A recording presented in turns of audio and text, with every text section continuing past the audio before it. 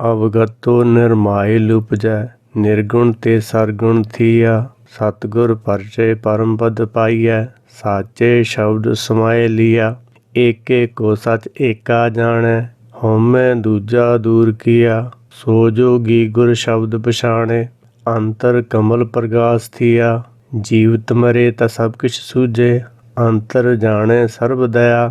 ਨਾਨਕ ਤਾਕੂ ਮਿਲੇ ਵਡਾਈ, ਆਪ ਪਛਾਣੇ ਸਰਬ ਜੀਆ। ਸਤਿਗੁਰ ਜੀ ਜੋਗੀਆਂ ਨੂੰ ਗੁਰਮਤਿ ਵਿਚਾਰਧਾਰਾ ਤੋਂ ਜਾਣੂ ਕਰਾਉਂਦੇ ਹੋਏ ਉਪਦੇਸ਼ ਦਿੰਦੇ ਹਨ।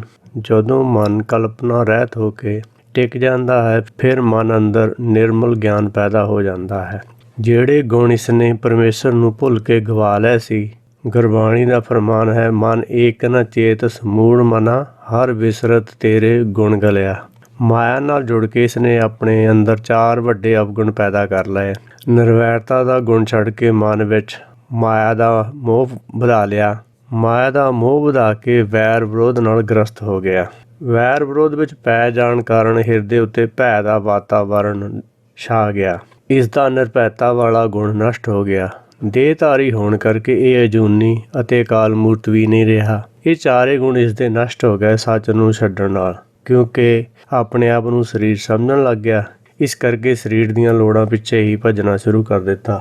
ਜਦੋਂ ਆਪਾਂ ਮਾਇਆ ਪਿੱਛੇ ਭੱਜ ਰਹੇ ਹੈਗੇ ਆ, ਆਪਾਂ ਨੂੰ ਲੱਗਦਾ ਕਿ ਪਤਾ ਨਹੀਂ ਆਪਾਂ ਕੁਛ ਹਾਸਲ ਕਰ ਲੈਣਾ, ਇਹਦੇ ਵਿੱਚ ਮਿਲਣਾ ਮੁਲਣਾ ਕੁਛ ਨਹੀਂ। ਜੇ ਕੋਈ ਗੁਰਬਾਣੀ ਦਾ ਵਿਚਾਰ ਹੈ, ਛਾਇਆ ਛੂਸੀ ਜਗਤ ਭੁਲਾਨਾ ਹਮ ਭੁਲਾਨੇ ਨਹੀਂ, ਕਿਉਂਕਿ ਇਹਦੇ ਝੂਠੀ ਹੈਗੀ ਆ, ਨਾਲ ਜਾਣੀ ਨਹੀਂ ਹੈਗੀ।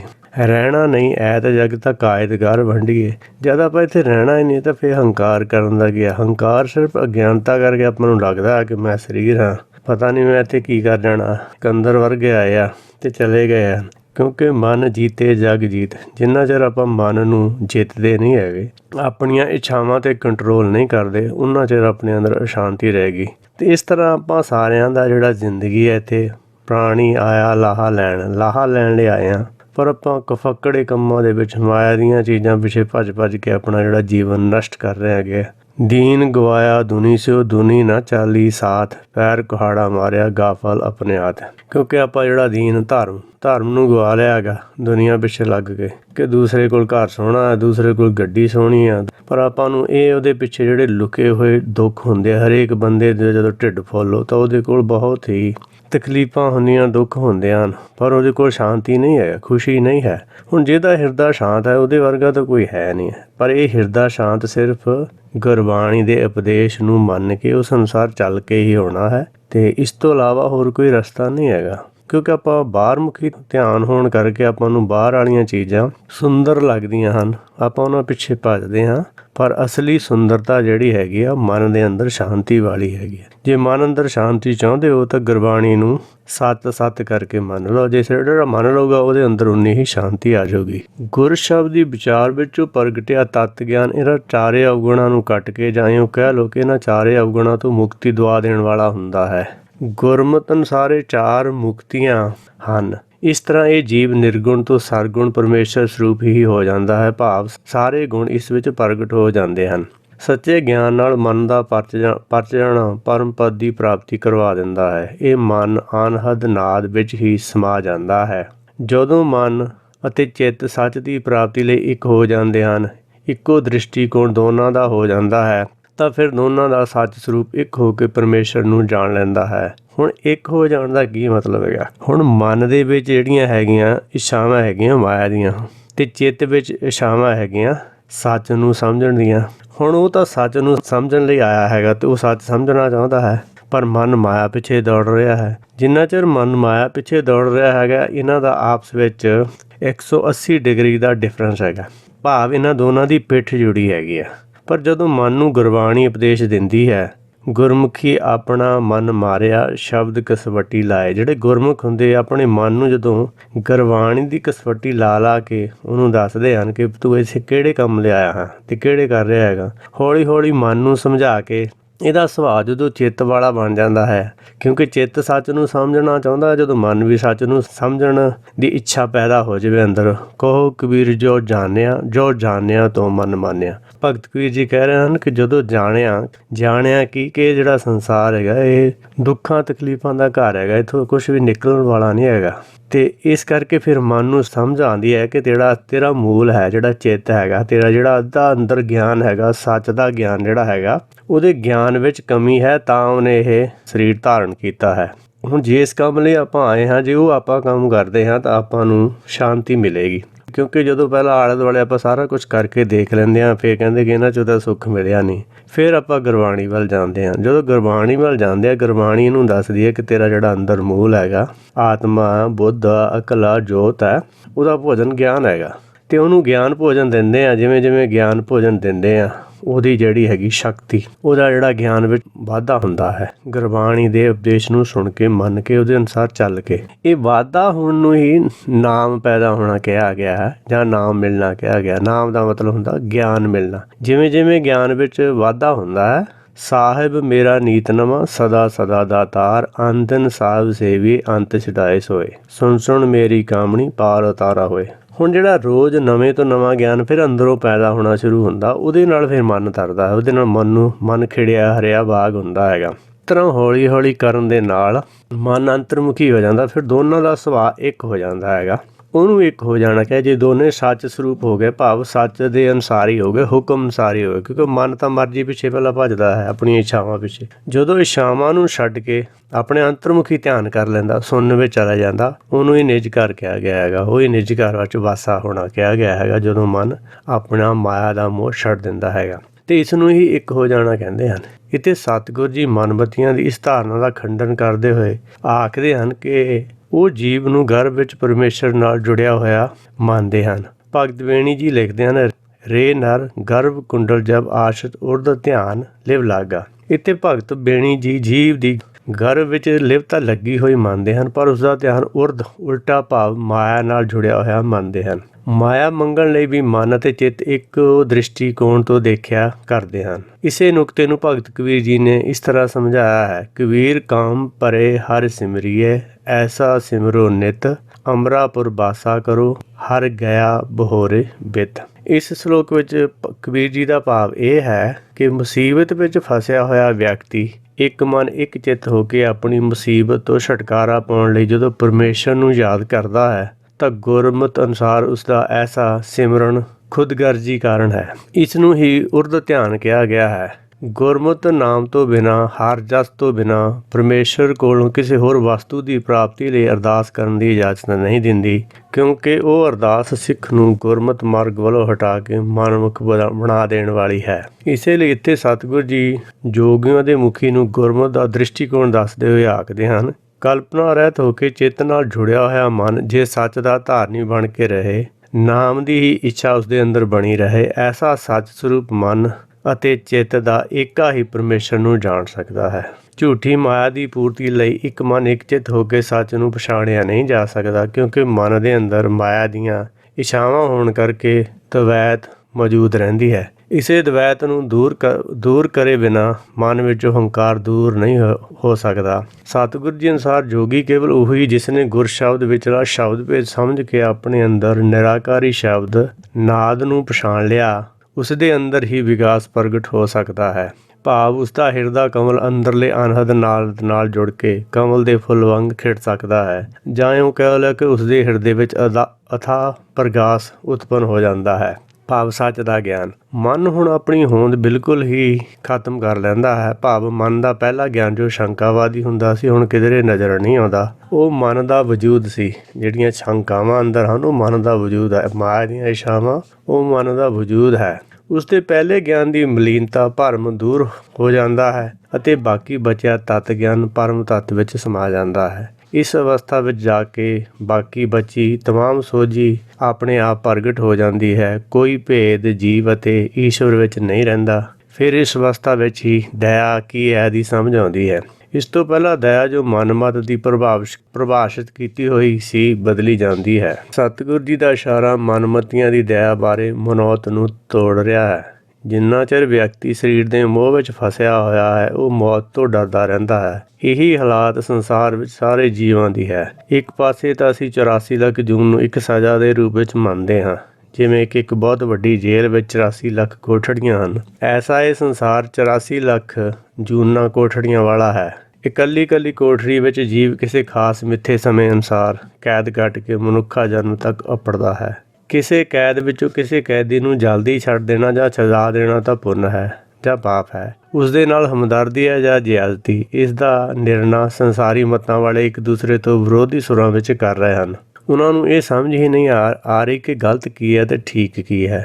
ਇਸ ਗੱਲ ਦਾ ਜਵਾਬ ਸਤਿਗੁਰੂ ਜੀ ਦਿੰਦੇ ਹੋਏ ਆਖਦੇ ਹਨ, ਪੂਰਨ ਗਿਆਨ ਦੀ ਰੋਸ਼ਨੀ ਵਿੱਚ ਜਦੋਂ ਇਸ ਦੀ ਸਮਝ ਆਪਣੇ ਆਪ ਆ ਜਾਂਦੀ ਹੈ, ਇਸ ਬਾਰੇ ਬਹਿਸ ਵਿੱਚ ਪੈਣਾ ਜਾਂ ਇਸ ਬਾਰੇ ਚਿੰਤਾ ਕਰਨ ਦੀ ਕੋਈ ਲੋੜ ਨਹੀਂ ਹੈ। ਗੁਰਮਤਿ ਤਾਂ ਸਭ ਕੁਝ ਹੁਕਮ ਵਿੱਚ ਹੋ ਰਿਹਾ ਮੰਨਦੀ ਹੈ।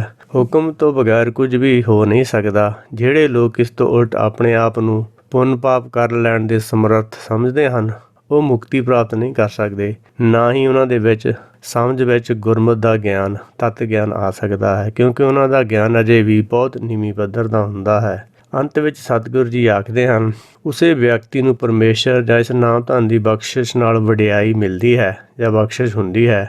ਜਿਹੜਾ ਸਾਰੇ ਜੀਵਾਂ ਨੂੰ ਆਪਣੇ ਵਰਗਾ ਹੀ ਮੰਨਦਾ ਹੈ, ਉਹ ਕਿਸੇ ਦੂਸਰੇ ਜੀਵ ਨੂੰ ਆਪਣੇ ਨਾਲੋਂ ਘਟੀਆ ਨਹੀਂ ਸਮਝਦਾ। ਉਸ ਨੂੰ ਇਹ ਗਿਆਨ ਹੁੰਦਾ ਹੈ ਕਿ ਜੀਵਾਂ ਦੀ ਜਿਹੜੀ ਦੁੱਖਾਂ ਤਕਲੀਫਾਂ ਦਾ ਕਾਰਨ ਸਿਰਫ ਉਹਨਾਂ ਦੇ ਅੰਦਰ ਜਿਹੜੀ ਅਗਿਆਨਤਾ ਹੈ, ਸੱਚ ਨਾਲੋਂ ਵਿਛੜਨ ਕਰਕੇ ਹੈ। ਉਸ ਨੂੰ ਇਸ ਚੀਜ਼ ਦੀ ਸਮਝ ਹੁੰਦੀ, ਇਸ ਲਈ ਉਹ ਸਾਰਿਆਂ ਨੂੰ ਬਰਾਬਰ ਸਮਝਦਾ ਹੈ ਕਿ ਜੇ ਆਪਣੀ ਅਗਿਆਨਤਾ ਇਹ ਦੂਰ ਕਰ ਲੈਣ ਤਾਂ ਇਹ ਵੀ ਸੱਚ ਵਿੱਚ ਸਮਾ ਸਕਦੇ ਹਨ। ਇਹਨਾਂ ਅੰਦਰ ਵੀ ਸ਼ਾਂਤੀ ਪੈਦਾ ਹੋ ਸਕਦੀ ਹੈ।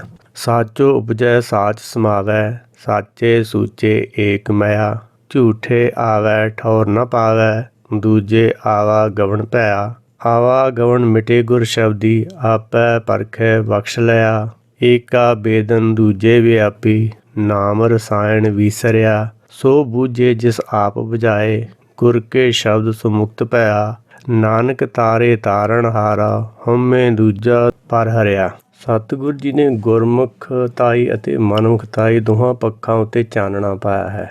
ਜੀਵ ਤਾਂ ਸੱਚ ਤੋਂ ਹੀ ਉਪਜੇ ਹਨ, ਸੱਚ ਵਿੱਚ ਹੀ ਸਮਾਇਆ ਕਰਦੇ ਹਨ, ਜਿਸ ਤੋਂ ਸਤਿਗੁਰੂ ਜੀ ਦਾ ਭਾਵ ਹੈ ਕਿ ਗੁਰਮੁਖ ਅਤੇ ਮਨਮੁਖ ਦੋਨੋਂ ਇੱਕ ਪਰਮੇਸ਼ਰ ਤੋਂ ਹੀ ਉਪਜੇ ਹਨ ਅਤੇ ਉਸ ਦੇ ਵਿੱਚ ਹੀ ਸਮਾ ਕੇ ਇਹਨਾਂ ਨੇ ਪਰਮੇਸ਼ਰ ਨਾਲ ਫਿਰ ਇੱਕਮਿਕ ਹੋ ਜਾਣਾ ਹੈ। ਪਰ ਜਿਹੜੇ ਗੁਰਮੁਖਾਂ ਦੇ ਹਿਰਦੇ ਪਰਮੇਸ਼ਰ ਦੇ ਸੱਚੇ ਗਿਆਨ ਨਾਲ ਸੁੱਚੇ ਹੋ ਜਾਂਦੇ ਹਨ, ਉਹਨਾਂ ਉੱਤੇ ਪਰਮੇਸ਼ਰ ਮਿਹਰਬਾਨ ਹੋ ਕੇ ਉਹਨਾਂ ਨੂੰ ਆਪਣੇ ਨਾਲ ਮਿਲਾ ਲੈਂਦਾ ਹੈ। ਜਿਹੜੇ ਮਨਮੁਖ ਮਾਇਆ ਦੀ ਲਾਲਸਾ ਕਾਰਨ ਭਟਕਦੇ ਰਹਿੰਦੇ ਹਨ, ਉਹਨਾਂ ਨੂੰ ਕੋਈ ਠਿਕਾਣਾ ਨਹੀਂ ਮਿਲਦਾ। ਉਹ ਤਾਂ ਭਵ ਸਾਗਰ ਵਿੱਚ ਜੰਮਦੇ ਮਰਦੇ ਰਹਿੰਦੇ ਹਨ। ਆਉਣਾ ਜਾਣਾ ਤਾਂ ਗੁਰ ਉਪਦੇਸ਼ ਦੁਆਰਾ ਹੀ ਮਿਟਿਆ ਕਰਦਾ ਹੈ। ਜਦ ਮਨ ਦੀ ਸੁੱਚਤਾ ਨੂੰ ਪਰਮੇਸ਼ਰ ਖੁਦ ਚੰਗੀ ਤਰ੍ਹਾਂ ਨਾਲ ਪਰਖ ਲੈਂਦਾ ਹੈ। ਜਿਵੇਂ ਚਿੱਟੇ ਕੱਪੜੇ ਨੂੰ ਰੰਗ ਚਾੜ ਦੇਣਾ ਕੋਈ ਮੁਸ਼ਕਲ ਗੱਲ ਨਹੀਂ ਹੈ, ਪਰ ਉਸ ਦਾ ਚੜ੍ਹਿਆ ਹੋਇਆ ਰੰਗ ਉਤਾਰ ਕੇ ਉਸ ਚਿੱਟੇ ਕੱਪੜੇ ਦੀ ਪਹਿਲੀ ਸਫੇਦੀ ਦੁਬਾਰਾ ਬਹਾਲ ਕਰ ਲੈਣੀ ਬਹੁਤ ਔਖੀ ਗੱਲ ਹੈ। ਇਸੇ ਤਰ੍ਹਾਂ ਮਨ ਨੂੰ ਮਾਇਆ ਦਾ ਗਲਤ ਰੰਗ ਜੋ ਚੜ੍ਹਿਆ ਹੈ, ਇਸ ਨੂੰ ਉਤਾਰ ਕੇ ਮਨ ਦੀ ਪਹਿਲੀ ਵਾਲੀ ਚਮਕ ਪ੍ਰਾਪਤ ਕਰ ਲੈਣੀ ਡਾਢੀ ਔਖੀ ਗੱਲ ਹੈ।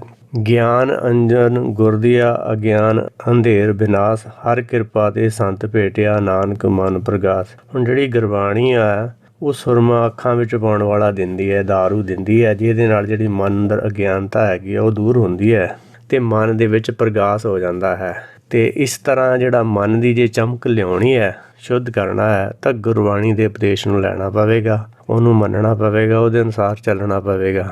ਤਨ ਮਨ ਧਨ ਸਭ ਸੌਂਪ, ਗੁਰ ਕੋ ਹੁਕਮ ਮੰਨੀਏ ਪਾਈਏ। ਆਪਣਾ ਸਾਰਾ ਕੁਛ ਸੱਚ ਦੇ ਅੱਗੇ ਅਰਪਣ ਕਰਕੇ, ਹੁਕਮ ਦੇ ਅੱਗੇ ਅਰਪਣ ਕਰਕੇ ਅਤੇ ਫਿਰ ਸੱਚ ਅਨੁਸਾਰ ਚੱਲਿਆ ਜਾਵੇ ਤਾਂ ਫਿਰ ਇਹਨੂੰ ਜਿਹੜਾ ਸੱਚ ਦੀ ਸਮਝ ਆਉਂਦੀ ਹੈ।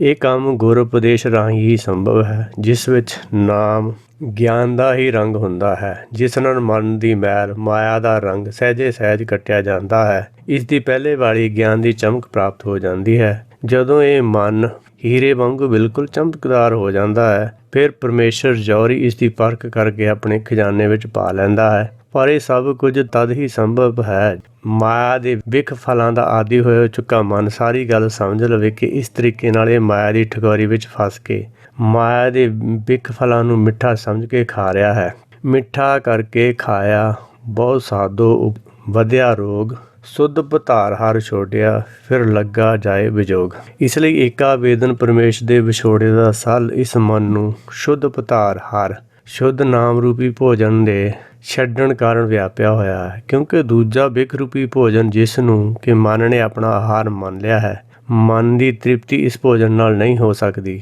ਦੂਜਾ ਭੋਜਨ ਖਾਣ ਅਤੇ ਨਾਮ ਰਸਾਇਣ ਨੂੰ ਤਿਆਗਣ ਕਾਰਨ ਇਹ ਵਿਆਕੁਲਤਾ ਮਨ ਅੰਦਰ ਫੈਲ ਗਈ ਹੈ। ਪਰਮੇਸ਼ਰ ਕਿਰਪਾ ਕਰੇ ਤਾਂ ਉਹੀ ਇਸ ਭੇਦ ਨੂੰ ਬੁੱਝ ਸਕਦਾ ਹੈ ਅਤੇ ਗੁਰ ਉਪਦੇਸ਼ ਲੈ ਕੇ ਉਸ ਵਿੱਚੋਂ ਨਾਮ ਰਸਾਇਣ ਪ੍ਰਾਪਤ ਕਰਕੇ ਤ੍ਰਿਸ਼ਨਾ ਦੀ ਅੱਗ ਵਿੱਚ ਸੜਨ ਤੋਂ ਬਚ ਸਕਦਾ ਹੈ। ਅੰਤ ਵਿੱਚ ਸਤਿਗੁਰ ਜੀ ਜੋਗੀ ਨੂੰ ਆਖ ਰਹੇ ਹਨ ਕਿ ਇਸ ਸੰਸਾਰ ਵਿੱਚ ਭਰਮ ਭੁਲਾਏ ਹੋਏ ਜੀਵਾਂ ਨੂੰ ਤਾਂ ਕੁਝ ਵੀ ਨਹੀਂ ਸੁੱਝ ਸਕਦਾ। ਇਹ ਤਾਂ ਪਰਮੇਸ਼ਰ ਜਿਸ ਨੂੰ ਚਾਹੁੰਦਾ ਹੈ ਆਪਣੀ ਕਿਰਪਾ ਰਾਹੀਂ ਸੋਝੀ ਕਰਵਾ ਕੇ ਉਸਦਾ ਹੰਕਾਰ ਛੁਡਾ ਕੇ ਆਪਣੇ ਨਾਲ ਮਿਲਾ ਲੈਂਦਾ ਹੈ। ਹੋਰ ਕੋਈ ਦੂਸਰਾ ਰਸਤਾ ਨਹੀਂ ਹੈ। ਇਸ ਵਿੱਚ ਕੁਝ ਵੀ ਕਰਨ ਦੇ ਕੋਈ ਸਮਰੱਥ ਨਹੀਂ ਹੈ। ਉਪਦੇਸ਼ ਕਰਨ ਵਾਲਾ ਤਾਂ ਉਪਦੇਸ਼ ਕਰਨ ਤੱਕ ਹੀ ਸੀਮਿਤ ਰਹਿ ਜਾਂਦਾ ਹੈ। ਉਹ ਕਿਸੇ ਨੂੰ ਆਪਣੀ ਗੱਲ ਮਨਾਉਣ ਲਈ ਮਜਬੂਰ ਨਹੀਂ ਕਰ ਸਕਦਾ, ਕਿਉਂਕਿ ਮਨ ਦੀ ਵਾਗਡੋਰ ਪਰਮੇਸ਼ਰ ਨੇ ਆਪਣੇ ਹੱਥ ਵਿੱਚ ਰੱਖੀ ਹੋਈ ਹੈ। ਮਨਮੁਖ ਭੁੱਲੇ ਜਮ ਕੀ ਕਾਣ, ਪਰ ਕਰ ਜੋਹੇ ਹਾਣੇ ਹਾਣ। ਮਨਮੁਖ ਭਰਮ ਭਵੈ ਬੇਵਾਣ, ਬੇਮਾਰਗ ਮੂਸੇ ਮੰਤਰ ਮਸਾਣ। ਸ਼ਬਦ ਨਾ ਚੀਨੇ ਲਵੈ ਕਵਾਣ, ਨਾਨਕ ਸਾਚ ਰਤੇ ਸੁਖ ਜਾਣ। ਮਨਮੁਖ ਦੇ ਖੁਆਰ ਹੋਣ ਦਾ ਕਾਰਨ ਸਤਿਗੁਰ ਜੀ ਆਖਦੇ ਹਨ ਕਿ ਅਸਲ ਵਿੱਚ ਮਨੁੱਖ ਦੀ ਬੁੱਧੀ ਵਿੱਚ ਜਮ ਕੀ ਕਾਣ ਇੱਕ ਐਸੀ ਕਮੀ ਆ ਗਈ ਜਿਸ ਕਰਕੇ ਜੀਵ ਜਮ ਦੇ ਵਸ ਪਿਆ ਹੋਇਆ ਹੈ। ਜਮਕਾਲ ਜੀਵ ਦੀ ਇਸ ਕਮਜ਼ੋਰੀ ਦਾ ਫਾਇਦਾ ਉਠਾ ਕੇ ਇਸ ਨੂੰ ਆਪਣੇ ਵਸ ਵਿੱਚ ਕਰੀ ਬੈਠਾ ਹੈ। ਉਹ ਕਮਜ਼ੋਰੀ ਇਹ ਹੈ ਕਿ ਜਮ ਇਸ ਨੂੰ ਨਿੱਜ ਘਰ ਦੀ ਸੋਝੀ ਨਹੀਂ ਹੋਣ ਦਿੰਦਾ। ਇਸ ਜੀਵ ਦਾ ਨਿੱਜ ਘਰ ਸਵੈਕਾਰ ਜਾਂ ਸੁਖ ਸਾਗਰ ਹੈ। ਇਹ ਤਾਂ ਇਸ ਦੀ ਬੁੱਧੀ ਦੀ ਖੋਟ ਕਾਰਨ ਭਾਵ ਸਾਗਰ ਵਿੱਚ ਆ ਵੜਿਆ ਹੈ, ਜਿਹੜਾ ਕਿਸੇ ਦਾ ਆਪਣਾ ਘਰ ਨਾ ਹੋ ਕੇ ਪਰ ਘਰ ਹੈ। ਇਹ ਜੀਵ ਹੁਣ ਪਰ ਘਰ ਵੇਖਣ ਵਿੱਚ, ਇਸ ਵਿੱਚ ਠੱਗੀਆਂ ਠੋਰੀਆਂ ਮਾਰ ਕੇ ਵਿਖ ਫਲਾਂ ਨੂੰ ਇਕੱਤਰ ਕਰਨ ਵਿੱਚ ਲੱਗਿਆ ਹੋਇਆ ਹੈ। ਇਹ ਵਿਖਿਆ ਫਲ ਮਨ ਵਿੱਚ ਚਿੰਤਾ ਰੋਗ ਨੂੰ ਵਧਾਉਣ ਵਾਲੇ ਹਨ, ਪਰ ਇਸ ਮਨ ਮੂਰਖ ਦੀ ਕੁਬੁੱਧ ਇਹਨਾਂ ਵਿਖੇ ਫਲਾਂ ਵਿੱਚੋਂ ਸੁੱਖ ਫਲਾਂ ਦੀ ਪ੍ਰਾਪਤੀ ਦੀ ਆਸ ਵਿੱਚ ਦੁੱਖਾਂ ਦੇ ਭੰਡਾਰ ਇਕੱਠੇ ਕਰੀ ਜਾਂਦਾ ਹੈ। ਮਨਮੁਖ ਧਰਮ ਕਰਮ ਵਿੱਚ ਪੈ ਕੇ ਭਰਮ ਕਾਰਨ ਇਸ ਮਾਇਆ ਦੇ ਵਿਰਾਟ ਜੰਗਲ ਵਿੱਚ ਉਲਝ ਕੇ ਰਹਿ ਜਾਂਦੇ ਹਨ, ਕਿਉਂਕਿ ਐਸੇ ਮਾਰਗ ਉੱਤੇ ਚੱਲ ਪੈਂਦੇ ਹਨ ਜਿਹੜੇ ਮਾਰਗ ਉਹਨਾਂ ਨੂੰ ਮਾਇਆ ਵਿੱਚੋਂ ਮੁਕਤ ਕਰਾਉਣ ਦੀ ਥਾਂ ਹੋਰ ਮਾਇਆ ਵਿੱਚ ਹੀ ਉਲਝਾਉਣ ਵਾਲੇ ਬੇਮਾਰਗ ਹੀ ਹੁੰਦੇ ਹਨ। ਅਤੇ ਉਹਨਾਂ ਮਾਰਗਾਂ ਵਿੱਚ ਜੋ ਉਪਦੇਸ਼ ਦਿੱਤਾ ਜਾਂਦਾ ਹੈ ਉਹ ਵੀ ਮੰਤਰ ਮਸਾਣ ਜੰਮ ਕੇ ਮਾਰਗ ਦਾ ਪਾਠ ਹੀ ਹੁੰਦਾ ਹੈ। ਜਿੰਨੇ ਵੀ ਮਾਇਆ ਦੀਆਂ ਇਛਾਵਾਂ ਪੂਰੀਆਂ ਕਰਨ ਵਾਲੇ ਸੰਤ ਹਨ ਉਹ ਸਾਰੇ ਜੰਮ ਕੇ ਮਾਰਗ ਵਿੱਚ ਫਸਾਉਣ ਵਾਲੇ ਹਨ। ਭਾਵ ਉਹਨਾਂ ਦਾ ਉਪਦੇਸ਼ ਸੱਚੇ ਗਿਆਨ ਦਾ ਉਪਦੇਸ਼ ਨਾ ਹੋ ਕੇ ਕੁਗਿਆਨ ਦਾ ਉਪਦੇਸ਼ ਹੀ ਹੁੰਦਾ ਹੈ, ਦੁਰਮਤ ਦਾ ਹੀ ਹੁੰਦਾ ਹੈ। ਇਸ ਉਪਦੇਸ਼ ਵਿੱਚ ਮਾਇਕ ਪਦਾਰਥਾਂ ਦੀ ਪ੍ਰਾਪਤੀ ਲਈ ਮੰਤਰਾਂ ਅਤੇ ਜੰਗਾਂ ਦਾ ਸਹਾਰਾ ਲੈਣ ਦੀ ਸਿੱਖਿਆ ਦਿੱਤੀ ਜਾਂਦੀ ਹੈ। ਰਿੱਧੀ ਸਿੱਧੀ ਦੀ ਪ੍ਰਾਪਤੀ ਹੀ ਉੱਚ ਕੋਟੀ ਦੀ ਉਪਲਬਧੀ ਮੰਨੀ ਜਾਂਦੀ ਹੈ। ਸੰਤਾਨ ਪ੍ਰਾਪਤੀ ਲਈ ਅਨੇਕ ਉਪਾਅ ਸੁਝਾਅ ਦਿੱਤੇ ਜਾਂਦੇ ਹਨ। ਸੁੱਖਾਂ ਦੀ ਪ੍ਰਾਪਤੀ ਲਈ ਪੁੰਨਦਾਨ ਦਾ ਸਹਾਰਾ ਵਰਤ ਲੈਣ ਦਾ ਉਪਦੇਸ਼ ਦਿੱਤਾ ਜਾਂਦਾ ਹੈ। ਸੁੱਖ ਅਤੇ ਦੁੱਖ ਨੂੰ ਬਰਾਬਰ ਸਮਝਣ ਦਾ ਉਪਦੇਸ਼ ਉਹ ਨਹੀਂ ਕਰਦੇ, ਭਾਵ ਹਰ ਤਰੀਕੇ ਨਾਲ ਲੋਕਾਂ ਦੀਆਂ ਮਨੋਕਾਮਨਾਵਾਂ ਨੂੰ ਛਡਾਉਣ ਦੀ ਬਜਾਏ ਉਹਨਾਂ ਨੂੰ ਪੂਰੀਆਂ ਕਰਵਾ ਦੇਣ ਦੇ ਠੇਕੇ ਲਈ ਜਾਂਦੇ ਹਨ। ਐਸੇ ਉਪਦੇਸ਼ਾਂ ਨੂੰ ਸਤਿਗੁਰੂ ਜੀ ਇੱਥੇ ਮੰਤਰ ਮਸਾਣ ਆਖ ਰਹੇ ਹਨ। ਇਹਨਾਂ 'ਤੇ ਚੱਲਣ ਵਾਲੇ ਗੁਰੂਆਂ ਸੰਤਾਂ ਨੂੰ ਕੁਮਾਰਗ ਪਏ ਹੋਏ ਕਿਹਾ ਗਿਆ ਹੈ। ਜੰਮ ਕੇ ਰਸਤੇ 'ਤੇ ਪਏ ਹੋਏ ਮਨਮੁਖ ਇਹ ਹੁੰਦੇ ਹਨ। ਸ਼ਬਦ ਨਾ ਚੀਨੇ ਲਵੇ ਕਵਾਣ ਕਹਿਣ ਤੋਂ ਸਤਿਗੁਰੂ ਜੀ ਦਾ ਭਾਵ ਹੈ ਬੇਮਾਰਗਾਂ ਦੇ ਧਾਰਨੀ ਮਾਇਆ ਦੇ ਮੋਹੇ ਹੋਏ ਮੰਤਰ ਮਸਾਣ ਤੋਂ ਗ੍ਰਸਤ ਲੋਕ ਤਾਂ ਗੁਰ ਉਪਦੇਸ਼ ਸਾਜ ਸ਼ਬਦ ਨੂੰ ਵੀ ਦੁਨੀਆ ਦੀ ਭਾਸ਼ਾ ਦੇ ਅਰਥਾਂ ਵਿੱਚ ਹੀ ਲੈਂਦੇ ਹਨ। ਉਹ ਸ਼ਬਦ ਭੇਦ ਨੂੰ ਸਮਝਣ ਦੀ ਲੋੜ ਨਹੀਂ ਸਮਝਦੇ। ਉਹ ਤਾਂ ਗੁਰਬਾਣੀ ਨੂੰ ਵੀ ਸੰਸਾਰੀ ਅਰਥ ਦੇ ਕੇ ਕਬਾਣ ਹੀ ਬਣਾ ਦਿੰਦੇ ਹਨ ਅਤੇ ਆਪਣੇ ਕੁਮਾਰਗ ਅਨੁਸਾਰ ਹੀ ਇਸ ਦੇ ਅਰਥਾਂ ਨੂੰ ਤੋੜ ਮਰੋੜ ਲੈਂਦੇ ਹਨ। ਇਸੇ ਲਈ ਉਹਨਾਂ ਨੂੰ ਗੁਰਬਾਣੀ ਵਿੱਚੋਂ ਤੱਤ ਗਿਆਨ ਜਾਂ ਸੱਚੇ ਸੁੱਖ ਦੀ ਪ੍ਰਾਪਤੀ ਨਹੀਂ ਹੋ ਸਕਦੀ। ਇਸ ਲਈ ਸਤਿਗੁਰੂ ਜੀ ਨੇ ਆਖਿਆ ਹੈ ਸੱਚਾ ਸੁੱਖ ਗੁਰ ਸ਼ਬਦ ਰਾਹੀਂ ਉਹਨਾਂ ਗੁਰਮੁਖਾਂ ਨੇ ਹੀ ਜਾਣਿਆ ਹੈ ਜਿਹੜੇ ਇਸ ਸ਼ਬਦ ਦੇ ਰੰਗ ਵਿੱਚ ਆਪਣੇ ਮਨ ਨੂੰ ਰੰਗਦੇ ਰਹਿੰਦੇ ਹਨ। ਗੁਰਮੁਖ ਸਾਚੇ ਕਾ ਭਉ ਪਾਵੈ, ਗੁਰਮੁਖ ਬਾਣੀ ਅਘੜ ਕਢਾਵੈ। ਗੁਰਮੁਖ ਨਿਰਮਲ ਹਰ ਗੁਣ ਗਾਵੈ, ਗੁਰਮੁਖ ਪਵਿੱਤਰ ਪਰਮ ਪਦ ਪਾਵੈ। ਗੁਰਮੁਖ ਰੋਮ ਰੋਮ ਹਰ ਧਿਆਵੈ, ਨਾਨਕ ਗੁਰਮੁਖ ਸਾਚ ਸਮਾਵੈ। ਸਤਿਗੁਰ ਜੀ ਗੁਰਮੁਖਾਂ ਦਾ ਜ਼ਿਕਰ ਕਰਦੇ ਹੋਏ ਆਖਦੇ ਹਨ ਜਿਹੜੇ ਆਪਣੇ ਹਿਰਦੇ ਵਿੱਚ ਸੱਚੇ ਦਾ ਭਾਵ ਪਰਮੇਸ਼ਰ ਦਾ ਡਰ ਧਾਰ ਕੇ ਰੱਖਦੇ ਹਨ ਉਹ ਗੁਰਬਾਣੀ ਨੂੰ ਤੋੜ ਮਰੋੜ ਕੇ ਪੇਸ਼ ਕਰਨ ਤੋਂ ਡਰਦੇ ਹੁੰਦੇ ਹਨ। ਉਹਨਾਂ ਨੂੰ ਗੁਰਮੁਖ ਆਖਦੇ ਹਨ। ਕੇਵਲ ਗੁਰਮੁਖ ਮਾਰਗ ਹੀ ਸਭ ਤੋਂ ਪਹਿਲਾ ਧਰਮ ਮਾਰਗ ਹੈ ਜਿਹੜਾ ਹਮੇਸ਼ਾ ਤੋਂ ਜੀਵਾਂ ਨੂੰ ਨਿਰੋਧ ਸੱਚ ਦਾ ਦਰਸ਼ਨ ਕਰਾਉਂਦਾ ਹੈ। ਇਸੇ ਲਈ ਗੁਰਬਾਣੀ ਨੂੰ ਗੁਰਦਰਸ਼ਨ ਮੰਨਿਆ ਹੈ। ਪਰ ਮਨਮਤੀਆਂ ਨੇ ਜਾਣੇ ਅਣਜਾਣੇ ਵਿੱਚ ਇਸ ਦੇ ਅਰਥ ਨੂੰ ਸਮਝਣ ਵਿੱਚ ਭੁਲੇਖਾ ਖਾਧਾ ਹੈ। ਇਸੇ ਲਈ ਕੁਝ ਐਸੀਆਂ ਸੱਚ ਦੀਆਂ ਨਕਲੀ ਪਰਿਭਾਸ਼ਾਵਾਂ ਤਿਆਰ ਕਰ ਲਈਆਂ ਗਈਆਂ ਹਨ ਜਿਸ ਨਾਲ ਅਸਲੀ ਸੱਚ ਪ੍ਰਗਟ ਹੋਣ ਦੀ ਬਜਾਏ ਤੱਤ ਗਿਆਨ ਦੀ ਥਾਂ ਭਰਮ ਗਿਆਨ ਦਾ ਪ੍ਰਚਾਰ ਹੀ ਜ਼ਿਆਦਾ ਹੁੰਦਾ ਨਜ਼ਰ ਆ ਰਿਹਾ ਹੈ ਅੱਜ ਕੱਲ੍ਹ ਵੀ।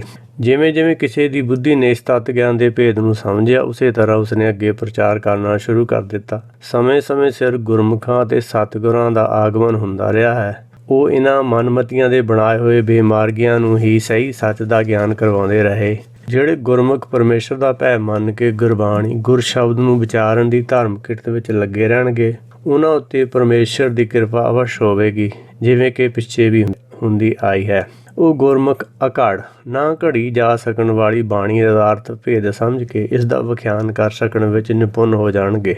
ਗੁਰਮੁਖ ਨਿਰਮਲ ਹਰ ਗੁਣ ਗਾਵੇ, ਭਾਵ ਐਸੇ ਗੁਰਮੁਖ ਹੀ ਗੁਰਬਾਣੀ ਦਾ ਨਿਰਮਲ ਤੱਤ ਗਿਆਨ ਪ੍ਰਾਪਤ ਕਰਕੇ ਸੱਚ ਨੂੰ ਪ੍ਰਗਟ ਕਰ ਸਕਣ ਵਿੱਚ ਸਮਰੱਥ ਹੋ ਜਾਣਗੇ। ਉਹਨਾਂ ਦੇ ਹਿਰਦੇ ਵਿੱਚ ਪੂਰਨ ਗਿਆਨ ਦੀ ਜੋਤ ਜਗ ਪਵੇਗੀ, ਜਿਸ ਦੀ ਰੋਸ਼ਨੀ ਵਿੱਚ ਉਹ ਐਸੇ ਲਫ਼ਜ਼ ਕਥਨ ਕਰਨਗੇ ਜਿਨ੍ਹਾਂ ਵਿੱਚੋਂ ਸੱਚ ਆਪ ਮੁਹਾਰਾ ਹੀ ਪ੍ਰਗਟ ਹੁੰਦਾ ਰਹੇਗਾ। ਐਸਾ ਗੁਰਮੁਖ ਹੀ ਪਵਿੱਤਰ ਪਰਮ ਪਦ ਪ੍ਰਾਪਤ ਕਰਦਾ ਹੈ, ਕਿਉਂਕਿ ਗੁਰਮੁਖ ਹਰ ਜਨ ਅਤੇ ਹਰ ਦੋਨੋਂ ਇੱਕ ਰੂਪ ਹੀ ਹੁੰਦੇ ਹਨ। ਤੱਦਾ ਧੂਰ ਪੁਨੀਤ ਤੇਰੇ ਜਨੂਆ, ਧਨ ਤੇਊ ਜੇ ਰੁਚਿਆ ਮਨੁਆ, ਧਨ ਨਹੀਂ ਬਾਛੈ ਸੁਰਗ ਨ ਆਛੈ, ਅਤ ਪ੍ਰਿਆ ਪ੍ਰੀਤ ਸਾਧ ਰਜ ਰਾਚੈ, ਧੰਦੇ ਕਹਾਂ ਵਿਆਪਤ ਤਾਹੂ, ਜੋ ਏਕ ਛਾੜ ਆਨ ਕਤੇ ਨ ਜਾਹੂ, ਜਾ ਕੇ ਹੀਏ ਦਿਓ ਪ੍ਰਭ ਨਾਮ, ਨਾਨਕ ਸਾਧ ਪੂਰਨ ਭਗਵਾਨ। ਪੌੜੀ ਦੀ ਪਹਿਲੀ ਪੰਕਤੀ ਵਿੱਚ ਹਰ ਜਨ ਤੇਰਾ ਜਨੂਆਂ ਨੂੰ ਧੂਰ ਪੁਨੀਤ ਬ੍ਰਹਮ ਗਿਆਨ ਦੀ ਰੌਸ਼ਨੀ ਰੂਪ ਹੀ ਮੰਨਿਆ ਗਿਆ ਹੈ। ਜਿਵੇਂ ਰੌਸ਼ਨੀ ਆਕਾਸ਼ ਵਿੱਚ ਧੂੜੀ ਦੇ ਰੂਪ ਵਿੱਚ ਸੂਰਜ ਵੱਲ ਵਿਖਰਦੀ ਰਹਿੰਦੀ ਹੈ, ਠੀਕ ਇਸੇ ਤਰ੍ਹਾਂ ਬ੍ਰਹਮ ਗਿਆਨ ਆਪਣੇ ਆਕਾਸ਼ ਮੰਡਲ ਹਿਰਦੇ ਵਿੱਚ ਧੂੜ ਬਣ ਕੇ ਹੀ ਸਮਾਇਆ ਰਹਿੰਦਾ ਹੈ। ਬ੍ਰਹਮ ਗਿਆਨੀ ਕੇ ਮਨ ਹੋਏ ਪ੍ਰਗਾਸ, ਜੈਸੇ ਧਰ ਉੱਪਰ ਆਕਾਸ਼। ਇਸ ਮਹਾਂਵਾਕ ਤੋਂ ਵੀ ਉਪਰੋਕਤ ਵਿਚਾਰ ਦੀ ਪੁਸ਼ਟੀ ਹੁੰਦੀ ਹੈ। ਇੱਥੇ ਖਿਆਲ ਨੂੰ ਭਗਤ ਕਬੀਰ ਜੀ ਨੇ ਬੜੇ ਸੌਖੇ ਢੰਗ ਨਾਲ ਸਮਝਾਉਂਦੇ ਹੋਏ ਆਖਿਆ ਹੈ, ਦੇਖੋ ਭਾਈ ਗਿਆਨ ਕੀ ਆਈ ਆਂਢੀ। ਇਸ ਗਿਆਨ ਰੂਪੀ ਹਨੇਰੀ ਵਿਚਲੀ ਧੂੜ ਹੀ ਗਿਆਨ ਸਰੂਪ ਗੁਰਮੁਖ ਦੀ ਨਿਰਾਕਾਰੀ ਦੇਹੀ ਹੈ। ਇਸ ਧੂੜ ਵਿਚਲਾ ਇੱਕ ਇੱਕ ਕਣ ਗੁਰਮੁਖ ਦਾ ਰੋਮ ਹੈ। ਇਸੇ ਨੂੰ ਹੀ ਸਤਿਗੁਰ ਜੀ ਗੁਰਮੁਖ ਰੋਮ ਰੋਮ ਹਰ ਧਿਆਵੇ ਆਖਦੇ ਹਨ। ਗੁਰਮੁਖ ਦਾ ਪਰਮੇਸ਼ਰ ਨਾਲ ਰੋਮ ਰੋਮ ਜੁੜਿਆ ਹੋਇਆ ਹੈ, ਇਸੇ ਲਈ ਗੁਰਮੁਖਤਾ ਰੋਮ ਰੋਮ ਹੀ ਧਿਆ ਸਕਦੇ ਹਨ, ਕਿਉਂਕਿ ਉਹਨਾਂ ਦਾ ਵਜੂਦ ਹੀ ਰੋਮ ਰੋਮ ਹੋ ਚੁੱਕਾ ਹੈ। ਗੁਰਮੁਖਤਾ ਸਦਾ ਹੀ ਸੱਚ ਵਿੱਚ ਸਮਾਇਆ ਰਹਿੰਦਾ ਹੈ। ਸਤਿਗੁਰ ਜੀ ਨੇ ਧਰਮ ਮਾਰਗ ਵਿੱਚ ਪਰਮੇਸ਼ਰ ਦੇ ਭਉ ਡਰ ਦਾ ਮਹੱਤਵ ਸਮਝਾਇਆ ਹੈ। ਧਰਮ ਮਾਰਗ ਦੀਆਂ 4 ਜਮਾਤਾਂ ਜਾਂ ਧਰਮ ਮਾਰਗ ਦੇ 4 ਚਰਨ ਮੰਨੇ ਗਏ ਹਨ। ਭਾਵ ਪਰਮੇਸ਼ਰ ਦੀ ਪ੍ਰਾਪਤੀ ਲਈ ਤੁਰੇ ਗੁਰਸਿੱਖ ਨੂੰ ਇਹਨਾਂ 4 ਅਵਸਥਾਵਾਂ ਜਾਂ 4 ਪੜਾਵਾਂ ਵਿੱਚੋਂ ਗੁਜ਼ਰਨਾ ਪੈਂਦਾ ਹੈ।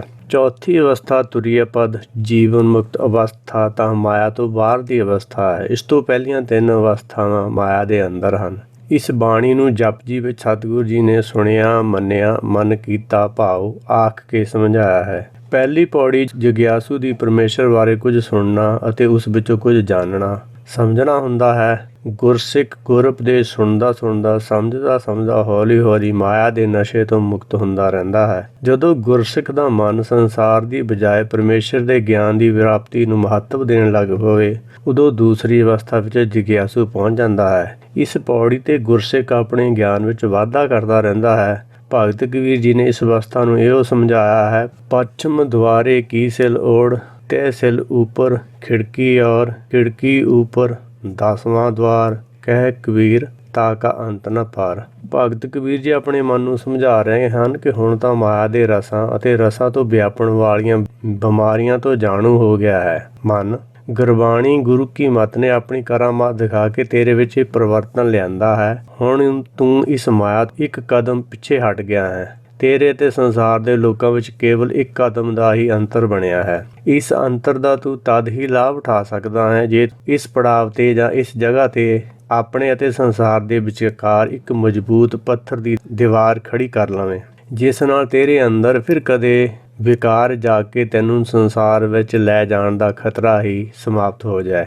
ਇਸ ਤੋਂ ਅੱਗੇ ਕਬੀਰ ਜੀ ਨੇ ਆਖਿਆ ਹੈ ਕਿ ਹੇ ਮਨ, ਇੱਕ ਗੱਲ ਹੋਰ ਚੇਤੇ ਰੱਖਣ ਵਾਲੀ ਹੈ ਕਿ ਇੱਕ ਖਿੜਕੀ, ਇਸ ਤੋਂ ਪਹਿਲੀ ਮੰਜ਼ਲ ਤੋਂ ਬਾਅਦ ਦੂਸਰੀ ਮੰਜ਼ਲ ਦੀ ਦੀਵਾਰ ਵਿੱਚ ਅਜੇ ਇੱਕ ਖਿੜਕੀ ਹੋਰ ਆਵੇਗੀ। ਉਸ ਤੋਂ ਵੀ ਅਤਿਅੰਤ ਚੌਕਸ ਰਹਿਣ ਦੀ ਲੋੜ ਹੈ। ਉਸ ਖਿੜਕੀ ਰਾਹੀਂ ਵੀ ਸੰਸਾਰ ਦੀ ਇਸ ਮਾਇਆ ਰੂਪੀ ਖੇਡ ਨਾਲ ਜੁੜੇ ਰਹੀਦਾ ਹੈ। ਉੱਥੇ ਅੱਪੜ ਕੇ ਜੇ ਫਿਰ ਮਾਇਆ ਦਾ ਮੋਹ ਵਧਣ ਲੱਗ ਜਾਵੇ ਤਾਂ ਸੰਸਾਰੀ ਲੋਕਾਂ ਨਾਲੋਂ ਵੀ ਜ਼ਿਆਦਾ ਨੁਕਸਾਨ ਉਠਾਉਣਾ ਪੈ ਜਾਂਦਾ ਹੈ। ਇਸ ਅਵਸਥਾ ਵਿੱਚ ਜਗਿਆਸੂ ਸਧਾਰਨ ਲੋਕਾਂ ਨਾਲੋਂ ਥੋੜ੍ਹਾ ਜਿਹਾ ਗਿਆਨਵਾਨ, ਸੂਝਵਾਨ, ਗੁਣਵਾਨ ਦਿਖਾਈ ਦੇਣ ਲੱਗਦਾ ਹੈ। ਆਮ ਸੰਸਾਰੀ ਲੋਕ ਇਸ ਅਵਸਥਾ ਵਾਲੇ ਜਗਿਆਸੂ ਨੂੰ ਸੰਤ, ਭਗਤ, ਮਹਾਂਪੁਰਸ਼, ਗਿਆਨੀ, ਗੁਰੂ ਮੰਨਣ ਲੱਗ ਪੈਂਦੇ ਹਨ। ਕਿਉਂਕਿ ਉਹਨਾਂ ਦੀ ਦ੍ਰਿਸ਼ਟੀ ਵਿੱਚ ਇਹਨਾਂ ਕੋ ਮਨ ਦਾ ਬਦਲਾਅ ਵੀ ਅਣਹੋਣੀ ਗੱਲ ਹੁੰਦੀ ਹੈ। ਆਮ ਆਦਮੀ ਤਾਂ ਇਹ ਮੰਨਦਾ ਹੀ ਨਹੀਂ ਹੁੰਦਾ ਕਿ ਮਨ ਮਾਇਆ ਦਾ ਲਾਲਚ ਛੱਡ ਸਕਦਾ ਹੈ। ਇਸ ਲਈ ਆਮ ਆਦਮੀ ਇਸ ਮੁੱਢਲੇ ਪਰਿਵਰਤਨ ਤੋਂ ਹੀ ਪ੍ਰਭਾਵਿਤ ਹੋ ਜਾਂਦੇ ਹਨ। ਆਓ ਹੁਣ ਇਸ ਪਹਿਲੀ ਪੌੜੀ ਦੇ ਖੜੇ ਜਿਗਿਆਸੂਆਂ ਦੇ ਦਰਸ਼ਨ ਕਰੀਏ। ਇਸ ਪੌੜੀ ਤੇ ਆ ਕੇ, ਕਿਉਂਕਿ ਦੋਨੋਂ ਹੀ ਰਸਤੇ ਸਾਹਮਣੇ ਹਨ, ਇਸ ਲਈ ਮਨ ਅੰਦਰ ਦੋ ਵਿਕਲਪ ਬਣੇ ਰਹਿਣੇ ਸੁਭਾਵਿਕ ਗੱਲ ਹੈ। ਇੱਥੇ ਆ ਕੇ ਜੇ ਮਨ ਬੇਈਮਾਨ ਹੋ ਜਾਵੇ ਤਾਂ ਉਹ ਪ੍ਰਪੰਚ ਰਚ ਲੈਂਦਾ ਹੈ। ਆਮ ਆਦਮੀ ਤਾਂ ਉਸ ਨੂੰ ਸ੍ਰੇਸ਼ਟ ਮੰਨਣ ਹੀ ਲੱਗ ਜਾਂਦਾ ਹੈ। ਭਾਵ ਉਹਦੇ ਕੋਲ ਅਜੇ ਤੱਕ ਮੁੱਢਲਾ ਗਿਆਨ ਹੀ ਨਹੀਂ ਹੁੰਦਾ। ਅਜੇ ਤੱਕ ਇਸ ਅਵਸਥਾ ਵਾਲਿਆਂ ਨੂੰ ਇਹ ਵੀ ਪਤਾ ਨਹੀਂ ਹੁੰਦਾ ਕਿ ਨਾਮ ਕੀ ਹੈ। ਨਾਮ ਜਪਣ ਦੀ ਗੱਲ ਤਾਂ ਅਜੇ ਅਗਲੀ ਤੀਸਰੀ ਪੌੜੀ ਦੀ ਗੱਲ ਹੈ। ਇੱਥੇ ਆ ਕੇ ਭਾਉ ਭਗਤੀ ਭਗਵਾਨ ਸੰਗ ਮਾਇਆ ਲਿਪਤ ਨ ਰੰਚ, ਨਾਨਕ ਵਿਰਲੇ ਪਾਈਐ ਜੋ ਨਾ ਰਚੈ ਪ੍ਰਪੰਚ। ਇਸ ਪੌੜੀ ਤੋਂ ਅੱਗੇ ਵਧਣ ਵਾਲਿਆਂ ਦੀ ਗਿਣਤੀ ਬਹੁਤ ਘੱਟ ਜਾਂਦੀ ਹੈ। ਇਸ ਅਵਸਥਾ ਵਿੱਚ ਸੰਸਾਰੀ ਸੁੱਖਾਂ ਦੀ ਪ੍ਰਾਪਤੀ ਹੋ ਜਾਂਦੀ ਹੈ ਅਤੇ ਆਪਣੇ ਮਨ ਦੀ ਅਗਿਆਨਤਾ ਨੂੰ ਛੁਪਾਉਣ ਲਈ ਝੂਠ ਦਾ ਸਹਾਰਾ ਲਏ ਬਿਨਾਂ ਇਹਨਾਂ ਸੁੱਖਾਂ ਨੂੰ ਭੋਗ ਨਹੀਂ ਸਕਦਾ। ਇੱਥੇ ਆ ਕੇ ਸੰਸਾਰੀ ਸੰਤ ਨਰਕਾਂ ਵੱਲ ਨੂੰ ਚਲੇ ਜਾਂਦੇ ਹਨ। ਦਸਮ ਪਾਤਸ਼ਾਹ ਇਹਨਾਂ ਵਾਸਤੇ ਇਉਂ ਆਖਦੇ ਹਨ, ਭੇਖ ਦਿਖਾਏ ਜਗਤ ਕੋ ਲੋਗਨ ਕੋ ਬਸ ਕੀਨ, ਅੰਤ ਕਾਲ ਕਾਤੀ ਕਟਿਓ ਵਾਸ ਨਰਕ ਮੋਲੀਨ। ਇੱਥੇ ਇਹਨਾਂ ਬਨਾਉਟੀ ਭੇਖਿਆਂ ਨੂੰ ਜਿਸ ਜੁਰਮ ਦੀ ਸਜ਼ਾ ਮਿਲਦੀ ਹੈ ਉਹ ਇਹ ਹੈ ਕਿ ਉਹ ਆਪਣੀ ਅਗਿਆਨਤਾ ਦੇ ਝੂਠ ਦੇ ਪਰਦੇ ਪਾਉਣ ਲਈ ਸੱਚ ਨੂੰ ਝੂਠ ਵਿੱਚ ਬਦਲ ਕੇ ਪੇਸ਼ ਕਰਦੇ ਹਨ, ਜਿਸ ਕਰਕੇ ਇਹਨਾਂ ਦਾ ਕੂ ਗਿਆਨ ਹੀ ਸੰਸਾਰੀ ਲੋਕਾਂ ਨੂੰ ਬ੍ਰਹਮ ਗਿਆਨ ਜਾਪਦਾ ਹੈ। ਸਤਿਗੁਰ ਜੀ ਨੇ ਗੁਰਸਿੱਖਾਂ ਨੂੰ ਗੁਰੂ ਗ੍ਰੰਥ ਸਾਹਿਬ ਜੀ ਦੀ ਬਾਣੀ ਅੰਦਰ ਦੂਸਰੀ ਮੰਜ਼ਲ ਦੀ ਖਿੜਕੀ ਤੇ ਚੌਕਸ ਰਹਿ ਕੇ ਸਿੱਧਾ ਗੁਰੂ ਦੇ ਸਨਮੁਖ ਰਹਿ ਕੇ ਤੁਰੇ ਰਹਿਣ ਲਈ ਆਖਿਆ ਹੈ। ਸਤਿਗੁਰ ਜੀ ਤਾਂ ਗੁਰਸਿੱਖਾਂ ਨੂੰ ਇਸ ਖਿੜਕੀ ਵੱਲ ਝਾਕਣ ਤੋਂ ਵੀ ਵਰਜ ਰਹੇ ਹਨ। ਇਸ ਖਿੜਕੀ ਤੋਂ ਬਾਹਰ ਡਿੱਗ ਕੇ ਨਰਕਾਂ ਵਿੱਚ ਚਲੇ ਜਾਣ ਦਾ ਭੈ ਦਰਸਾ ਰਹੇ ਹਨ। ਜਿਸ ਗੁਰਸਿੱਖ ਨੇ ਗੁਰੂ ਦੇ ਬਚਨ ਨੂੰ ਸੱਚ ਕਰਕੇ ਮੰਨ ਲਿਆ, ਉਹ ਗੁਰਸਿੱਖ ਹੀ ਦੂਸਰੀ ਮੰਜ਼ਿਲ ਦੀ ਇਸ ਖਿੜਕੀ ਤੋਂ ਬਚ ਕੇ ਅੱਗੇ ਜਾ ਸਕਦਾ ਹੈ। ਇਸ ਤੋਂ ਅਗਲੀ ਤੀਸਰੀ ਪੌੜੀ ਮਾਇਆ ਦੇ ਅੰਦਰ ਆਖਰੀ ਪੌੜੀ ਹੈ। ਇਸ ਅਵਸਥਾ ਵਿਚਲੇ ਜਿਗਿਆਸੂ ਦੀ ਹੀ ਗੱਲ ਸਤਿਗੁਰ ਜੀ ਨੇ ਇਸ ਬਾਣੀ ਸਿੱਧ ਕੋਸ਼ਟ ਦੇ ਵਿੱਚ ਕੀਤੀ ਹੈ, ਜਦ ਉਹਨਾਂ ਨੇ ਆਖਿਆ ਕਿ ਗੁਰਮੁਖ ਸਾਚੇ ਕਾ ਭਉ ਭਾਵੈ। ਇਸ ਅਵਸਥਾ ਵਿੱਚ ਜਿਗਿਆਸੂ ਦੇ ਮਨ ਉੱਤੇ ਪਰਮੇਸ਼ਰ ਦੀ ਸਿਕਦਾਰੀ ਬਣੀ ਰਹੇ। ਉਸ ਦੇ ਅੰਦਰਲਾ ਹੰਕਾਰ ਜਿਹੜਾ ਕਿ ਸੂਖਸ਼ਮ ਰੂਪ ਵਿੱਚ ਮੌਜੂਦ ਹੁੰਦਾ ਹੈ, ਉਹ ਮੁੜ ਦੁਬਾਰਾ ਸ਼ਕਤੀਸ਼ਾਲੀ ਨਹੀਂ ਹੋ ਸਕਦਾ। ਪਰਮੇਸ਼ਰ ਦਾ ਪ੍ਰੇਮ, ਤੂੰ ਮੇਰਾ ਪਿਤਾ, ਤੂੰ ਹੈ ਮੇਰਾ ਮਾਤਾ, ਤੂੰ ਮੇਰਾ ਬੰਧਪ, ਤੂੰ ਮੇਰਾ ਭਰਾਤਾ, ਤੂੰ ਮੇਰਾ ਰਾਖਾ ਸਭਨੀ ਥਾਈ, ਤਾ ਭਉ ਕਿਹਾ ਕਾੜਾ ਜੀਓ। ਗੁਰਬਾਣੀ ਰੋਜ਼ ਪੜ੍ਹਾਉਂਦੀ ਹੈ, ਜਿਉਂ ਦਾ ਤਿਉਂ ਬਣਿਆ ਰਹਿਣਾ ਚਾਹੀਦਾ ਹੈ। ਗੁਰੂ ਦੀ ਮੱਤ ਨੂੰ ਛੱਡ ਕੇ ਫਿਰ ਖਤਰਾ ਮੁੱਲ ਲੈਣ ਤੋਂ ਬਚ ਕੇ ਰਹਿਣ ਲਈ ਅਸੀਂ ਰੋਜ਼ ਗੁਰਬਾਣੀ ਨੂੰ ਪੜ੍ਹਦੇ ਅਤੇ ਸਮਝਦੇ ਰਹਿੰਦੇ ਹਾਂ। ਗੁਰਮੁਖ ਸਾਚੇ ਕਾ ਭਉ ਭਾਵੇ ਕਹਿ ਕੇ ਸਤਿਗੁਰ ਜੀ ਇਹ ਆਖ ਰਹੇ ਹਨ ਕਿ ਇਸ ਤੀਜੀ ਅਵਸਥਾ ਵਿੱਚ ਜਿਸ ਮਨ ਅੰਦਰ ਪਰਮੇਸ਼ਰ ਦੇ ਹੁਕਮ ਦਾ ਭੈ ਬਣਿਆ ਰਹੇਗਾ, ਉਹ ਗੁਰਮੁਖ ਹੈ, ਉਹ ਹੀ ਮੁਕਤੀ ਦਾ ਭਾਗੀ ਹੈ। ਗੁਰਮਤਿ ਅਨੁਸਾਰ ਜੀਵਨ ਮੁਕਤ ਅਵਸਥਾ ਵਾਲਾ ਹੀ ਗੁਰਮੁਖ ਮੰਨਿਆ ਗਿਆ ਹੈ। ਇਸ ਅਵਸਥਾ ਵਿੱਚ ਭਗਤਾਂ, ਗੁਰੂਆਂ ਜਾਂ ਗੁਰਸਿੱਖਾਂ ਨੇ ਹਰ ਜਸ ਗਾਇਨ ਕੀਤਾ ਹੈ, ਜਿਸ ਦਾ ਸਬੂਤ ਅੱਜ ਸਾਡੇ ਕੋਲ ਗੁਰਬਾਣੀ ਦੇ ਰੂਪ ਵਿੱਚ ਮੌਜੂਦ ਹੈ। ਇਸ ਤੀਸਰੀ ਅਵਸਥਾ ਵਿੱਚ ਹੰਕਾਰ ਆਪਣੇ ਸੂਖਸ਼ਮ ਰੂਪ ਵਿੱਚ ਜਿਉਂਦਾ ਤਿਉਂ ਹਿਰਦੇ ਅੰਦਰ ਮੌਜੂਦ ਹੁੰਦਾ ਹੈ। ਇਸ ਅਵਸਥਾ ਵਿੱਚ ਹੀ ਤੁਰੀਆ ਪਦ ਦਾ ਉਪਦੇਸ਼ ਸੁਣਿਆ ਜਾਂਦਾ ਹੈ, ਜਿਸ ਵਿੱਚ ਜੀਵ ਅਤੇ ਪਾਰ ਬ੍ਰਹਮ ਦੀ ਇੱਕ ਰੂਪਤਾ ਸਮਤਾ ਦਾ ਜ਼ਿਕਰ ਸੁਣਨ ਨੂੰ ਮਿਲਦਾ ਹੈ। ਭਾਵ ਜੀਵ ਅਤੇ ਬ੍ਰਹਮ ਨੂੰ ਗੁਰਮਤਿ ਬਰਾਬਰ ਮੰਨਦੀ ਹੈ, ਪਰ ਇਸ ਦਾ ਅਰਥ ਇਹ ਨਹੀਂ ਕਿ ਜੀਵ ਪਰਮੇਸ਼ਰ ਦੀ ਬਰਾਬਰੀ ਕਰਨ ਯੋਗ ਹੈ।